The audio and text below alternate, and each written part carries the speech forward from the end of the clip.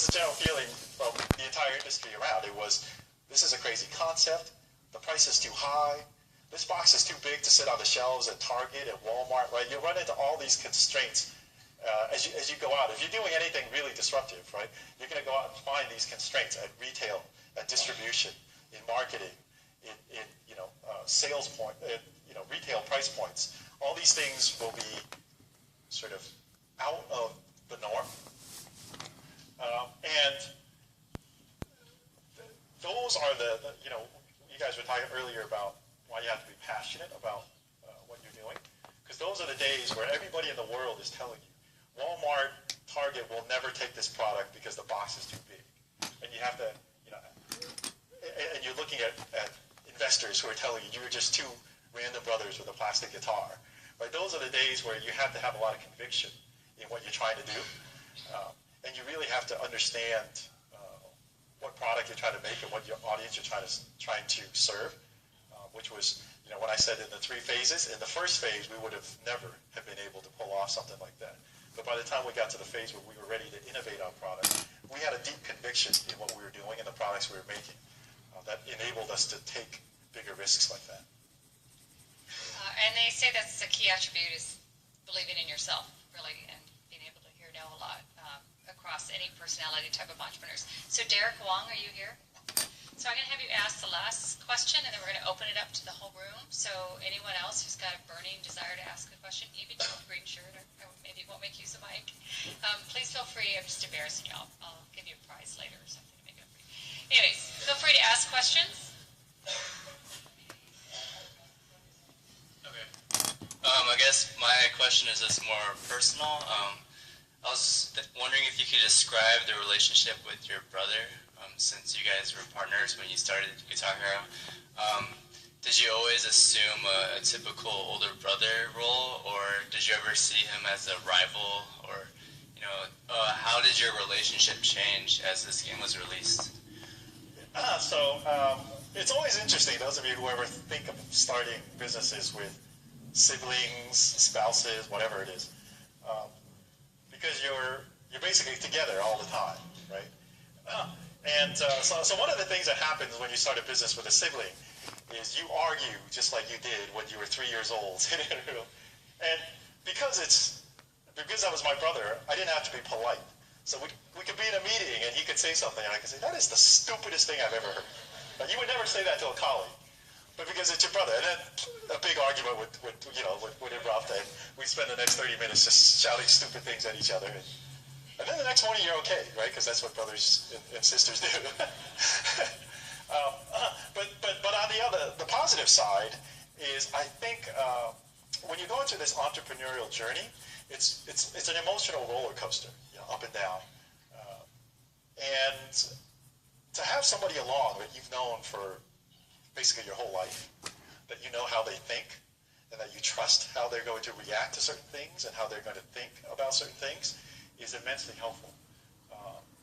Otherwise, when new partnerships form, they get together and you try to start a new company, I always say it takes at least 6 months for you to figure out, what the other person can do, what they're good at, how you can work together. But when you start a company with a sibling or a spouse, you can bypass a lot of that simply because you've already invested years into that relationship. Specifically, sort of the older brother, younger brother thing. So it was interesting enough. I was the older brother, but he was actually the CEO of the company. And part of that just came down to, after a while, we figured out what our strengths and weaknesses were. And I think that's important for anybody that starts out as a company, is to understand your strengths and weaknesses versus your co-founders or other people in management. So for us, he was just simply better at management and running through management issues, and I was just better at sort of working on product. And so we sort of split our responsibilities that way. But the other thing that's interesting that happens when you found a company with a sibling or a spouse, your names never get separated. So it's always mentioned Kai and Charles, as if it's interchangeable. Kai and Charles, Kai and Charles. My brother's name is Kai. It's never Charles or Kai. everywhere we went, it was Kai and Charles, right? Kai and Charles said this, and they assume, well, I told Kai about that. And, well, you didn't tell me about that, but they just assume, I told him about that. Didn't he tell you? Uh, and so sometimes your personalities and almost your very being gets fused into one. At least you didn't have a single name like Bennifer or some of the Hollywood companies, Yeah, right? They just combine your names all together. Okay, I'm going to open up to the whole room now. We'll go right here, and then we'll take one in the back. Ian, if you want to take the next one in the back, maybe over there. My question is, what did you think? Oh, my name's Jungmin, and I was wondering what you actually thought about the South Park episode with Guitar Hero, and like, how did you actually take one of the messages, which was that it's bad to be passionate about Guitar Hero because you could be spending your time learning how to play a real guitar, like Stan's dad. Yeah. There was that line in it that when his dad showed up to play the guitar, he said, real guitars are for old people, right? So when we first heard, so South Park, what they do is when they're going to do an episode about your product or your company, they will actually give you just a notice out of courtesy because they're not obligated to have you approve anything, right? But they called us and said, hey, by the way, just in case you're curious, we're going to do an episode about Guitar Hero. And we had seen this episode about World of Warcraft. And it was called Make Love Warcraft, and we thought, wow, this could be really bad.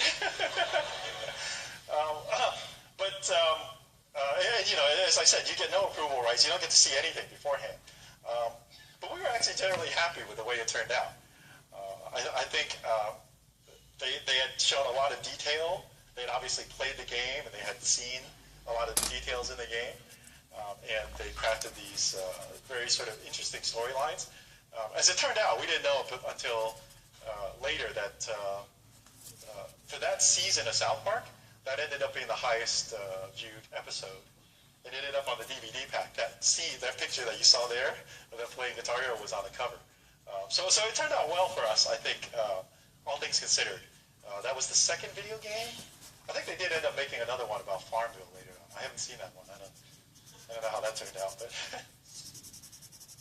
My name is Ashwan, and it's kind of a twofold question, contextual and more general.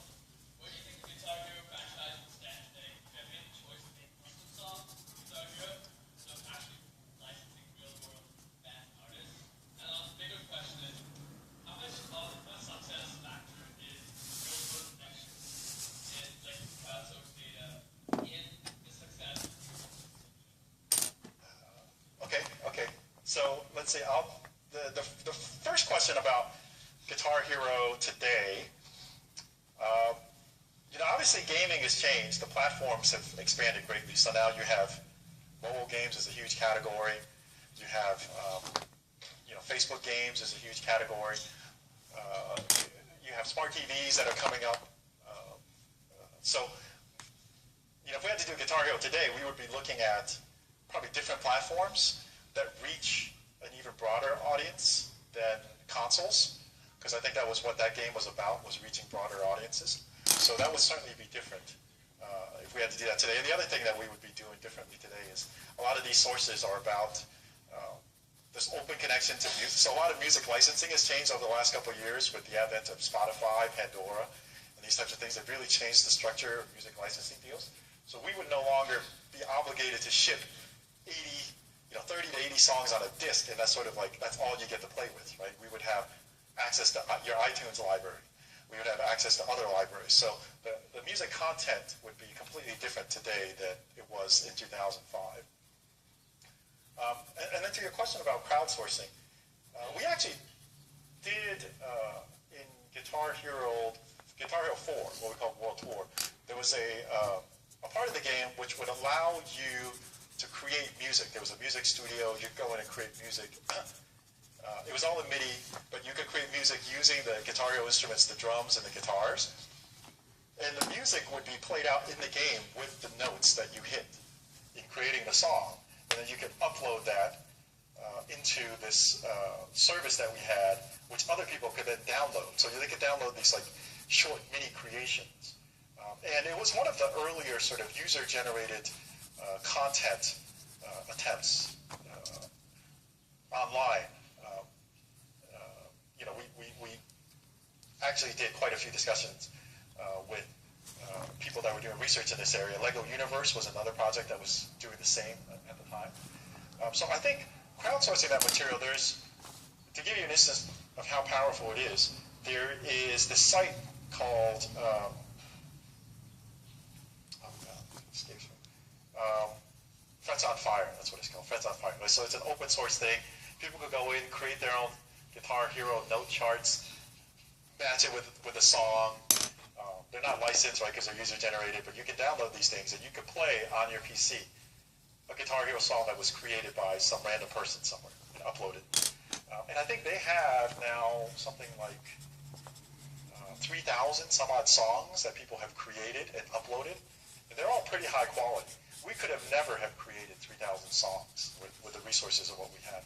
So the ability to crowdsource that would really have changed the sort of the content flow that would have come into the game. And rather than you buying 80 songs on a disc and you end up only playing 5 of those songs, you would end up with sort of access to a library of 2,000 songs. And so I think that would have been a completely different user proposition. Hi. That was Grayson. Hi, I'm Nikhil Kotecha. So what did you do with your newfound clout as a new major company? I'm sorry, what's that? What did you do with your newfound clout as a new major company? So this was after Guitar Hero 1 was released? Oh, yeah. Yeah, okay.